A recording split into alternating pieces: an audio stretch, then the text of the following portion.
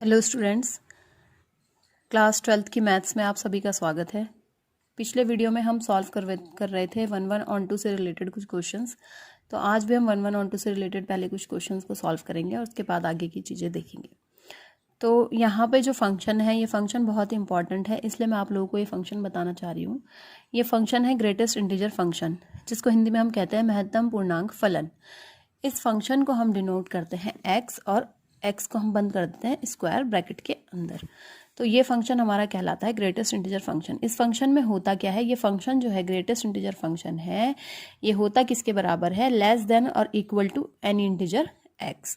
Suppose that आपके पास greatest integer function 2 है, तो 2 तो 2 के ही इक्वल होगा, 3 के ही इक्वल होगा, जो मतलब नेचुरल नंबर्स हैं वो अपने ही इक्वल होंगे। लेकिन जैसे ही हम जाते हैं 2.1, तो हम देखेंगे कि 2 यहाँ पर हमारा पॉइंट है 2, यहाँ है 2.1 और यहाँ कहीं होगा 3, यानी कि 2.1 जो है हमारा 2 और 3 के बीच में आएगा। तो 2.1 से जो लेस देन इंटीजर होगा वो इसकी वैल्यू हो जाएगा। ठीक है, इसी तरह से 2.2 हम देखें तो 2.2 आएगा 2 और 3 के बीच में, दोनों के बीच में जो लेस इंटीजर है 2, तो इसकी वैल्यू आ जाएगी 2। इसी तरह से हम जब 2.9 तक चलेंगे तो 2.9 भी किसके बीच में, 2 और 3 के बीच में, 2 और 3 में लेस इंटीजर है 2, तो इसकी वैल्यू भी आ जाएगी 2। और जैसे ही ये 2.9 से 3 होगा तो फिर इसकी वैल्यू आनी शुरू हो जाएगी 3। फिर ऐसी 3 से 3.1, 3.9, 3.99 तक भी अगर हम देखें तभी भी ये वैल्यू कितनी आएगी, 3 ही आएगी। लेकिन जैसे ही ये 4 होता है फिर इसकी वैल्यू 4 आना शुरू हो जाएगी। तो ये होता है हमारा ग्रेटेस्ट इंटीजर फंक्शन। ओके, इसको हम फ्लोर फंक्शन भी कहते हैं। ठीक है, क्योंकि इसकी वैल्यू जो होती है less than equal to integer होती है। ठीक, अब अगर हम इसकी मैपिंग एक बार चेक कर लें, क्योंकि हमारा फंक्शन जो दिया हुआ रियल से रियल में दिया हुआ है, यानी कि यहाँ पे भी सारे रियल नंबर्स होंगे डोमेन में, और को डोमेन में भी सारे रियल नंबर्स होंगे। जब हम मैपिंग चेक करेंगे तो मैपिंग में हम देख सकते हैं 1 की जो इमेज होगी वो ग्रेटेस्ट इंटीजर फंक्शन हमारा क्या है, फंक्शन हमारा है ग्रेटेस्ट इंटीजर फंक्शन एक्स के अंतर्गत ही हमारी मैपिंग हो रही है। तो 1 का मैप 1 पे ही बनेगा, 1.3 का भी 1 पे ही बनेगा, 1.5 का भी 1 पे बनेगा, एंड सो ऑन 1.9 तक 1 पे ही बनेंगे। फिर ऐसे 2 से जब स्टार्ट हो जाएगा तो सब 2 पे मैप होते रहेंगे। फिर जब 3.1 स्टार्ट होगा तो 3 पे मैप होते रहेंगे। तो यहाँ से हम पहले ही फिगर से ही हमें क्लियर हो जाता है कि फंक्शन 1-1 नहीं है, फंक्शन ऑन टू नहीं है। 1-1 क्यों नहीं है, क्योंकि इसमें देखिए बहुत सारे एलिमेंट्स की इमेज 1 पे ही बन रही है, बहुत सारे एलिमेंट की इमेज 2 बन रही है। तो फंक्शन क्या है, मैनी 1 है।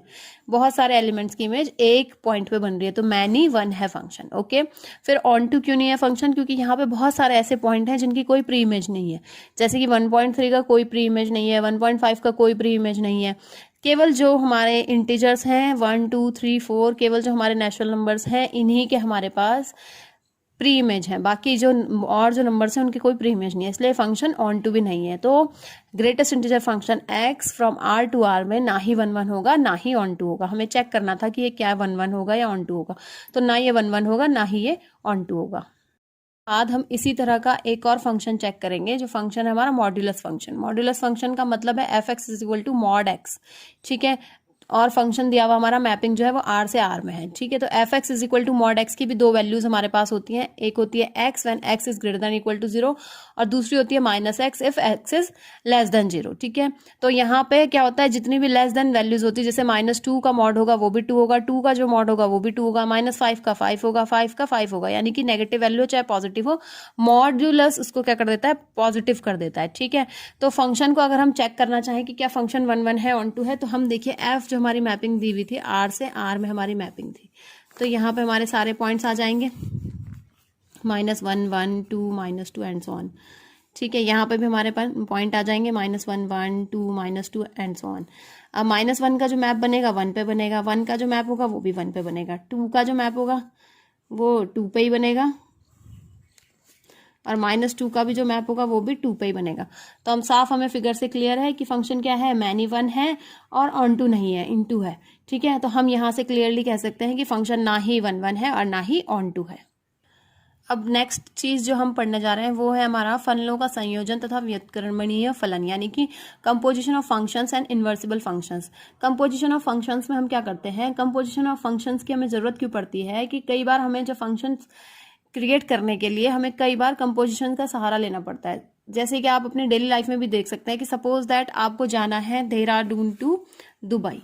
तो अब देहरादून से दुबई जाने के लिए आप लोग क्या करते हैं, पहले आप देहरादून से पकड़ते हैं दिल्ली की फ्लाइट, ठीक है, और दिल्ली की फ्लाइट पकड़ने के बाद आप फिर दिल्ली से पकड़ते हैं फ्लाइट दुबई के लिए, ठीक है। आप चाहते क्या थे, आप चाहते थे डायरेक्टली देहरादून से दुबई जाना, लेकिन आपको करना क्या पड़ रहा है, आपको करना पड़ रहा है पहले देहरादून से जाना पड़ रहा है दिल्ली और फिर दिल्ली से जाना पड़ रहा है दुबई। तो इस टाइप के जो फंक्शन होते हैं जो हमारे कंपोजिशन से बनते हैं, उन फंक्शंस को हम बोलते हैं कंपोजिशन ऑफ फंक्शंस। इनमें हमारे आते हैं गॉफ फंक्शन, फॉग फंक्शन, गो फंक्शन, फो फंक्शन। तो इस टाइप के जो फंक्शंस होते हैं जो दो फंक्शंस के कॉम्बिनेशन से या कंपोजिशन से बनते हैं, उनको बोलते हैं हम कंपोजिशन ऑफ फंक्शंस कहलाते हैं वो, ठीक है। अब जैसे यहाँ पर x था, जब x को हम f के अंडर जब x की मैपिंग होगी वो बन जाएगा fx। fx को हम अगर y मान लें, fx को हम y भी कह सकते हैं। तो अगर हम यहाँ से फिर g के अंतर्गत y की मैपिंग करें तो हमारा बन जाएगा g ऑफ fx, यानी कि ये बन जाएगा g ऑफ fx की वैल्यू कितनी है, y। तो ये कहलाएगा हमारा कंपोजिशन फंक्शन। कंपोजिशन फंक्शन को बनाने के लिए एक चीज हमें ध्यान रखनी है कि जो यहाँ पे जब हम गॉफ फंक्शन बना रहे होंगे तो जो रेंज ऑफ एफ होगा वो कंटेन्ड इन होना चाहिए डोमेन ऑफ जी के अंतर्गत, ठीक है। एफ की जो रेंज है वो जी के डोमेन के अंदर आनी चाहिए, ठीक है। Range of F is contained in equal to domain of G. इसी तरह से जब हम फॉग फंक्शन बनाएंगे तो फॉग फंक्शन के लिए हम करेंगे range of G is contained in equal to domain of F. तो इस तरह से हमारे बनेंगे कंपोजिशन ऑफ फंक्शंस। इससे रिलेटेड क्वेश्चंस को भी हम देख लेते हैं। जब इससे रिलेटेड क्वेश्चंस को देखने से पहले हम देख लेते हैं कि इन्वर्सिबल फंक्शंस क्या होते हैं। इन्वर्सिबल फंक्शंस वो फंक्शन होते हैं, अगर f कोई फंक्शन है x से y, तो ऐसा कोई फंक्शन g जो कि y से x में हो वो कहलाएगा f का इन्वर्स। इन्वर्स फंक्शन के लिए हमारे पास चाहिए कि हमारा जो g और f की जो वैल्यू है वो आइडेंटिटी ऑफ x के इक्वल आनी चाहिए और f और g की जो वैल्यू है वो आइडेंटिटी ऑफ y के इक्वल आनी चाहिए। यहाँ पे आइडेंटिटी ऑफ x का मतलब है कि जब हम मैप करें x को तो fx is equal to x ही आ जाए हमारे पास, जब हम मैप करें y को तो gy is equal to y ही आ जाए हमारे पास। तो इस टाइप का फंक्शन आइडेंटिटी फंक्शन होता है हमारे पास, ठीक है। तो f x से y का जो इन्वर्सिबल फंक्शन होगा वो g y से x हो जाएगा इस केस में, ठीक है। इन्वर्सिबल फंक्शन के लिए हमारी जो कंडीशन है, जो नेसेसरी और सफिशिएंट कंडीशन है, वो है कि कोई भी फंक्शन इन्वर्सिबल होगा अगर वो फंक्शन 1 1 और ऑन टू है। तो अगर वो फंक्शन 1 1 ऑन टू नहीं है तो फंक्शन इन्वर्सिबल नहीं हो सकता, ठीक है। अगर वो फंक्शन इन्वर्सिबल है तो वो 1 1 ऑन टू जरूर होगा और 1 होगा, ठीक है। तो किसी भी फंक्शन को अगर आपको चेक करना है कि क्या फंक्शन इन्वर्सिबल है तो आप डायरेक्टली चेक कर सकते हैं कि फंक्शन 1 1 ऑन टू है या नहीं है। अगर फंक्शन 1 1 ऑन टू है तो जाहिर सी बात है कि फंक्शन इन्वर्सिबल भी हो जाएगा। या कोई फंक्शन कई टाइप के फंक्शन ऐसे होते हैं जिनका इन्वर्स आसानी से निकल जाता है, तो अगर फंक्शन का इन्वर्स निकल रहा है तो इसका मतलब फंक्शन 1 1 ऑन टू भी होगा, आपको चेक करने की जरूरत नहीं है, ठीक है। तो सबसे पहले हम क्वेश्चन देख लेते हैं गॉफ और फॉग से रिलेटेड। हमें फंक्शन दिया हुआ है f from 1 3 4 to 1 2 5, g from 1 2 5 to 1 3। देखिए यहाँ पे जो रेंज ऑफ f है हमारा कंटेन्ड इन है डोमेन ऑफ g के, ठीक है। f हमें दिया हुआ है इस तरह से, g हमें दिया हुआ है इस तरह से। हमें GOF निकालना है, तो GOF निकालने का मतलब क्या है, GOF बराबर होगा GF ऑफ समथिंग, जो भी आपका एलिमेंट होगा x या y, ठीक है। तो f के पास कौन कौन से एलिमेंट है, 1 3 4, यानी कि हमारा जो GOF फंक्शन बनेंगे वो किस किस के बनेंगे, 1 3 और 4 का।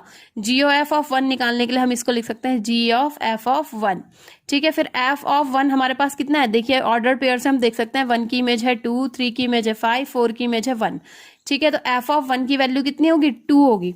तो f ऑफ 1 की जगह हमने रख दिया 2, तो G ऑफ 2 आ गया हमारे पास 3, ठीक है।